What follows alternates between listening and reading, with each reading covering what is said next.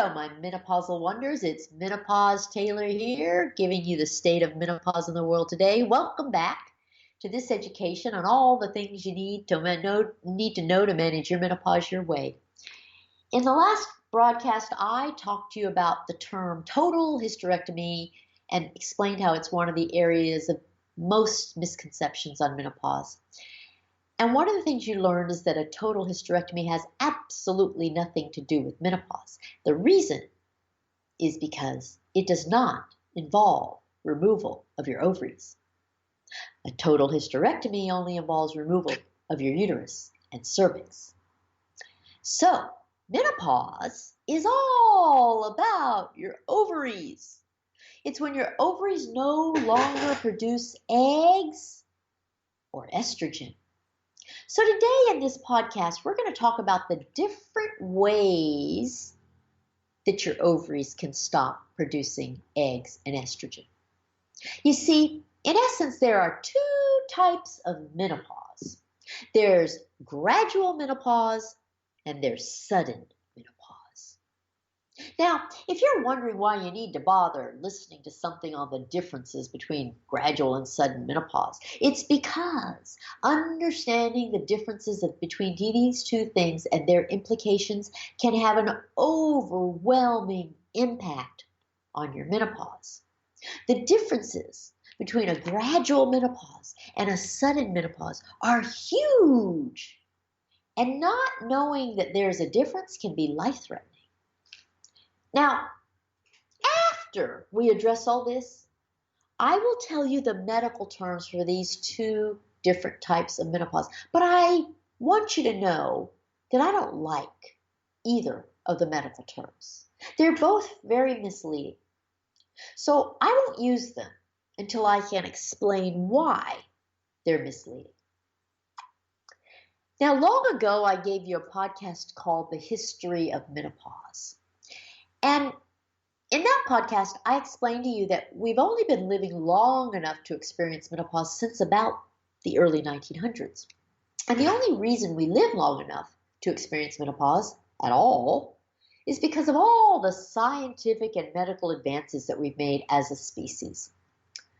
Humans are really supposed to die by about the age of 47.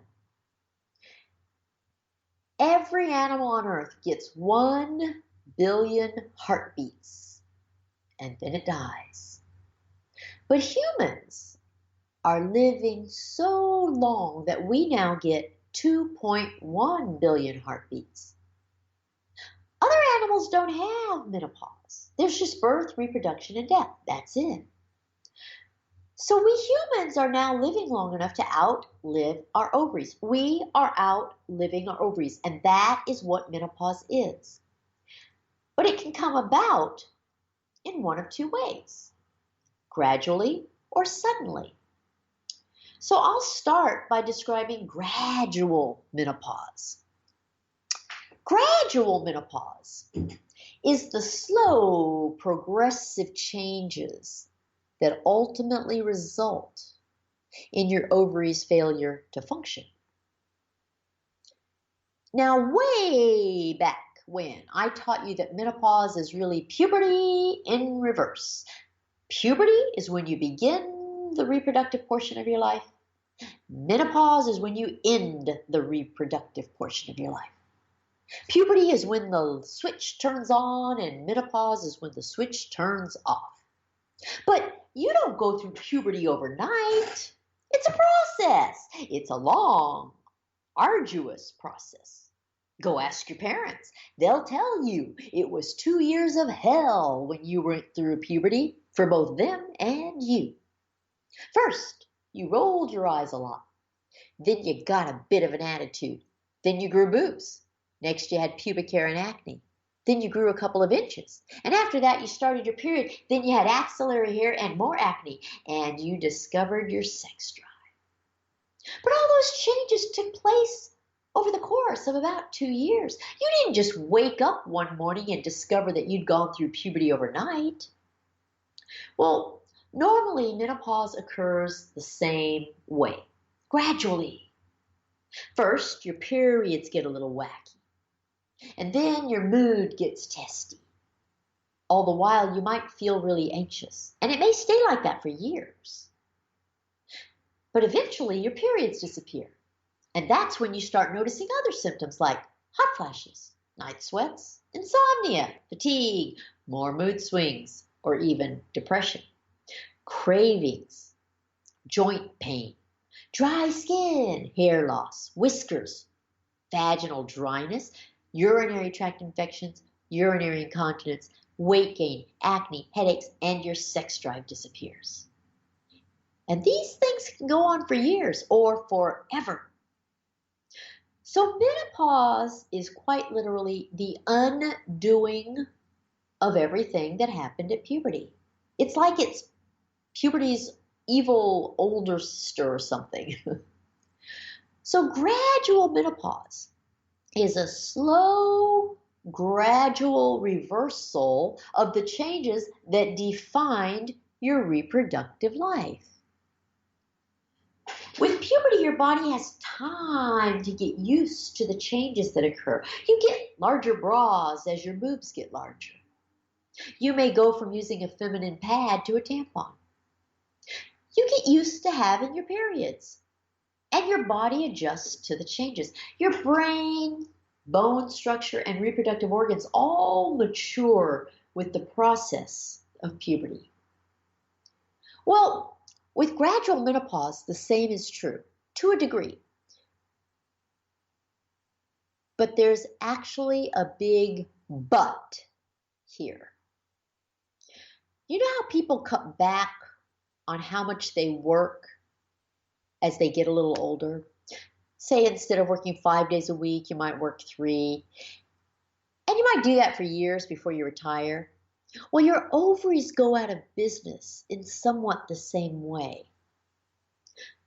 First, they just become less efficient at doing their job.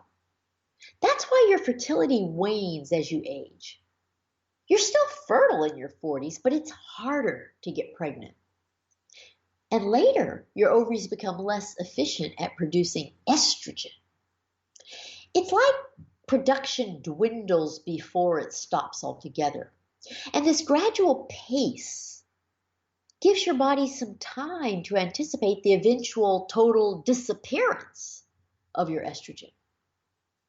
So gradual menopause is like letting the air out of a balloon very slowly. It just deflates slowly. It's dramatic, but not explosive. So, to the extent that your body can ready itself for something it was never supposed to live long enough to experience in the first place, gradual menopause is less harsh on your body. Now, let's contrast gradual menopause with sudden menopause. Sudden menopause is when menopause occurs abruptly. It's menopause in an instant. With sudden menopause, your body has no time to prepare for or get used to the transition. Instead of the process taking years, it takes just days or even happens in a split second. There are 3 different ways that sudden menopause can come about. The first is surgically. If you have an operation that removes your ovaries, it will cause menopause. And menopause will happen the second that they are removed. So if I'm in the operating room and I'm doing surgery on you and I put a clamp across your ovarian pedicle and excise your ovaries, that's it. In that second that I excise the ovaries, menopause happens. The second is from radiation therapy. Now, radiation is a form of intense energy that is so strong that it can kill things, and your ovaries are fragile. So if you have radiation therapy that comes into contact with your ovaries, it can kill your ovaries. That's why the radiologist always puts that lead apron over you when you get your x-rays. It's not the radiation in just the same old, plain old x-ray is high, but They just want to make sure that they don't do any harm, and they don't want to accidentally fry your ovaries even little by little with a bunch of different little x-rays. So your ovaries may still be in your body, but they're burned to a crisp and they don't function if you've had radiation therapy for something like cancer in the area close to your ovaries. And the third way of creating sudden menopause is with certain chemotherapeutic drugs. When you take chemotherapy for cancer, the goal is to kill cells. And some chemotherapeutic agents kill the cells of your ovaries. And again, while your ovaries are still there, they are just non-functional. So the three ways to bring about sudden menopause are with surgery, with radiation therapy, or with chemotherapy. That makes sense, right? Now, I want you to think about how miserable gradual menopause is. All those symptoms happen from time to time for a long period of time. Well, with sudden menopause, all those symptoms happen all of a sudden, all at once, and their severity is usually much greater than with gradual menopause. Talk about shock. Your body has no time to adjust. And so far, I've only mentioned the symptoms of menopause.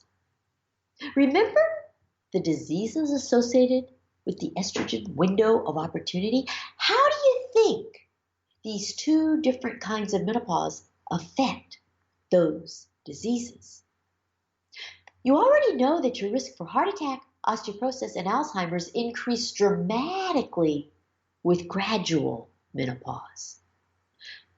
Do you think the effects of sudden menopause are any different? You bet they are, and the differences are not favorable.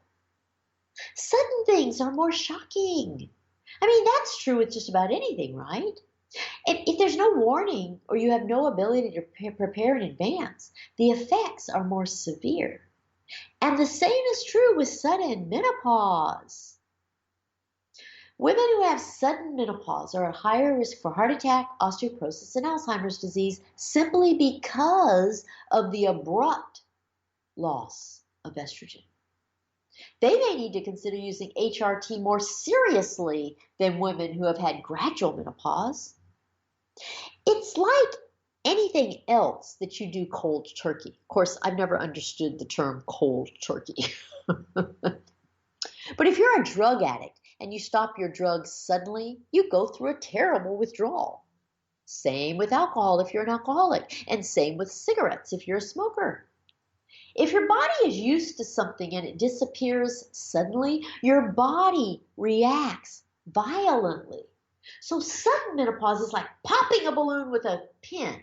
It's very dramatic and it makes a huge mess and it goes pow.